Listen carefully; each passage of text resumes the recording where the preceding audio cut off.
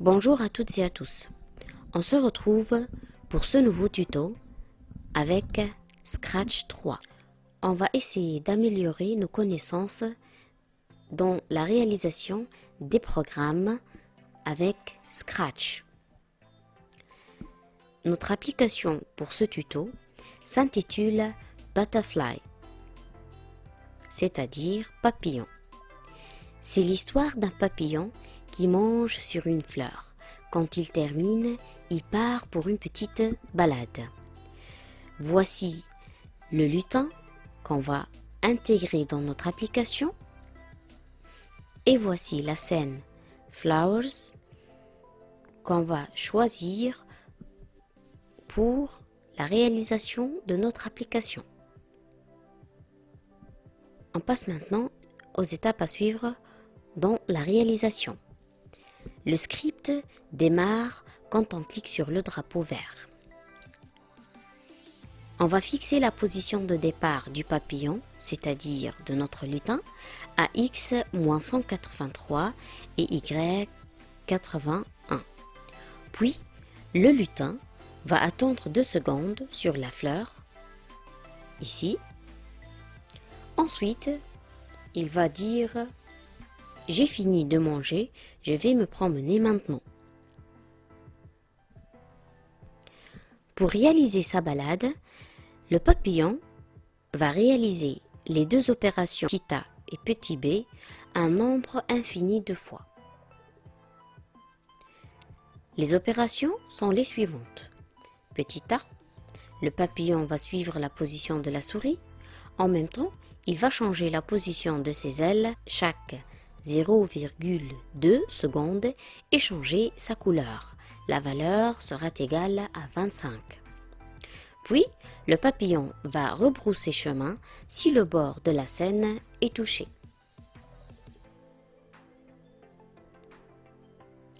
Je vous présente le résultat final de l'application qu'on va réaliser pour vous donner une idée du travail qu'on va faire.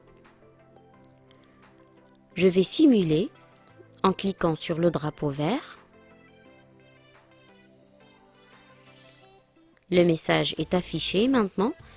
Le papillon va changer de position selon la position de la souris.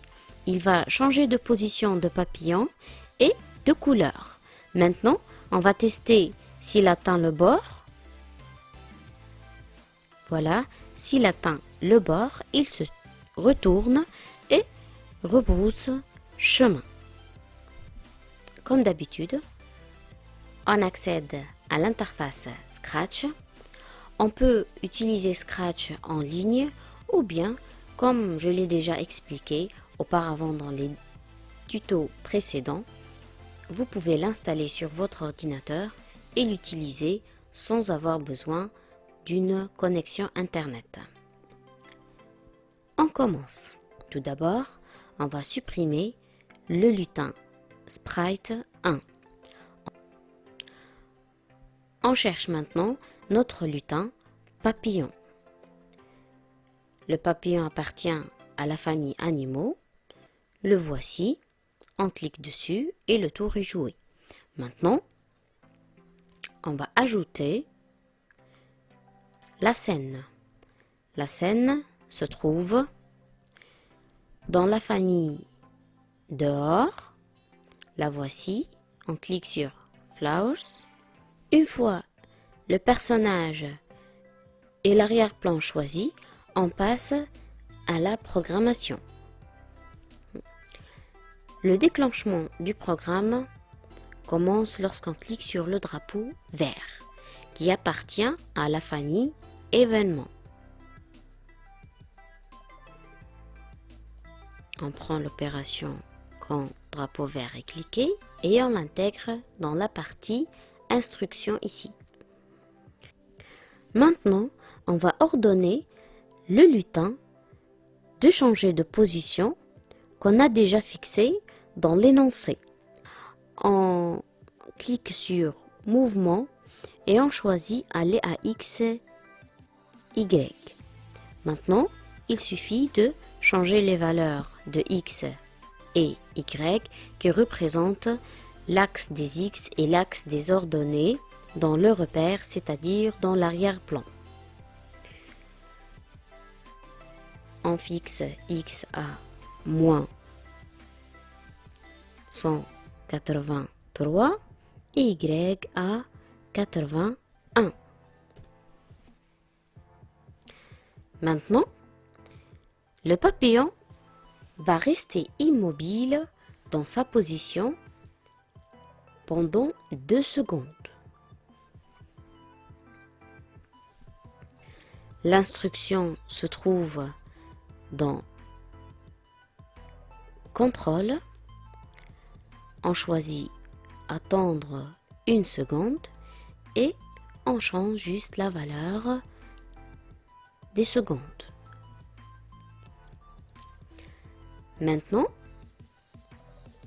une fois le papillon a fini de manger, il va dire un message pendant 2 secondes.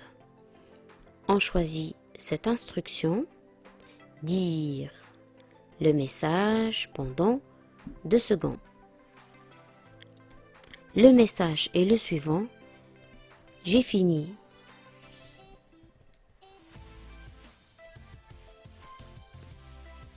de manger, je vais faire une promenade. Voilà. Pour tester, on va cliquer sur le drapeau.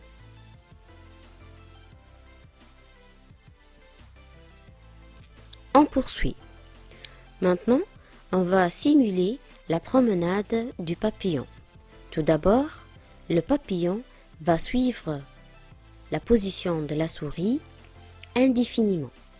On doit alors choisir la boucle répétée indéfiniment.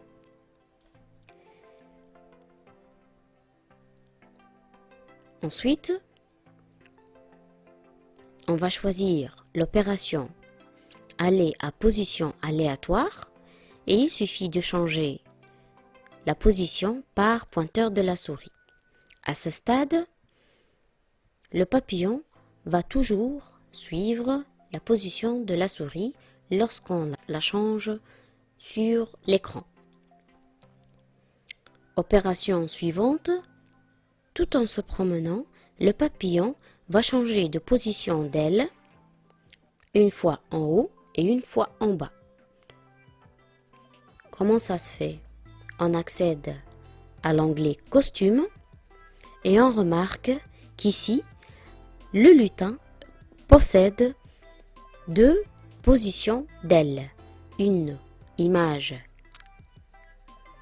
qui représente les ailes en haut et une image qui représente les ailes ouvertes.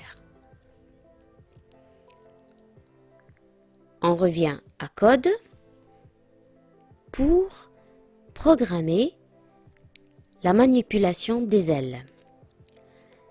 Donc, l'apparence, dans la famille apparence, on choisit costume suivant. C'est-à-dire, à chaque fois que le papillon change de position, il va changer de position d'aile. Ensuite, il va attendre pendant 0,2 secondes.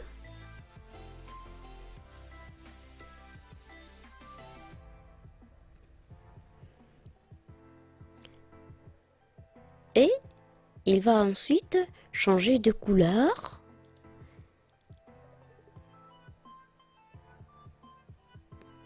Donc, on ajoute 25 à l'effet couleur.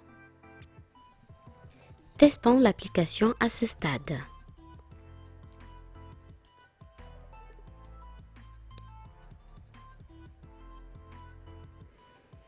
Remarquez que le papillon sort des bords lorsqu'on change la position de la souris. On stoppe notre simulation en cliquant sur le bouton Stop et on ajoute la dernière instruction qui insiste sur le fait que le papillon rebrousse chemin lorsqu'il touche le bord. Dans la famille mouvement, on trouve l'instruction rebondir si le bord est atteint. On teste et on clique sur le drapeau vert. Voici le message. Maintenant, le papillon va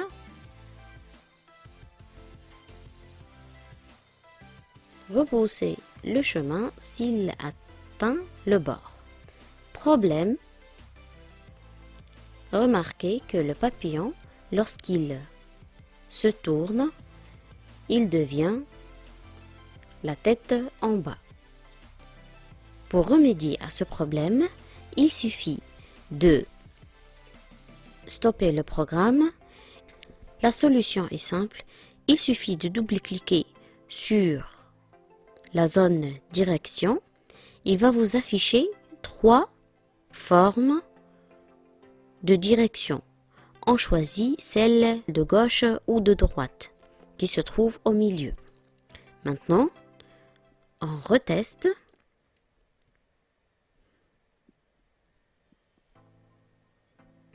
Le tuto touche à sa fin. N'hésitez pas de me suivre dans cette formation de Scratch. N'oubliez pas de vous abonner à la chaîne et de cliquer sur la cloche pour recevoir toutes les nouveautés. Merci, au revoir.